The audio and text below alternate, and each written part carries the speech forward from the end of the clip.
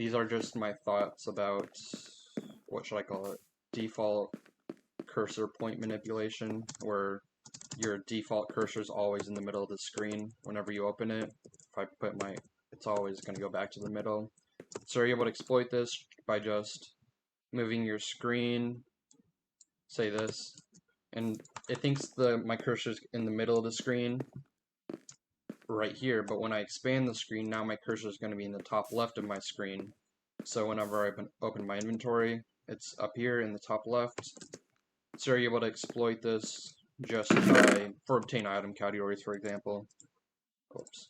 You're able to just, let me get my highlighter out. I'm going to just draw where this diamond is. I'm physically drawing on my screen right now. I can remove this later with alcohol or something. Okay. And all I have to do is get my screen smaller and match my cursor point to where that is on the screen.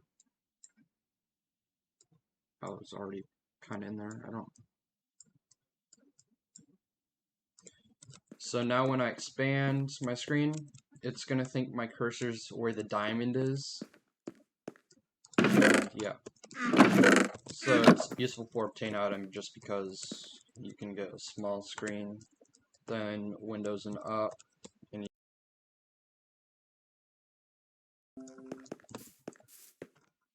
I think it's probably useful in other areas too that I'm just not thinking about, which is why I'm talking about it. My initial thoughts were with crafting or something, or maybe you're able to manipulate your screen to think that the default position of your mouse is in the crafting grid.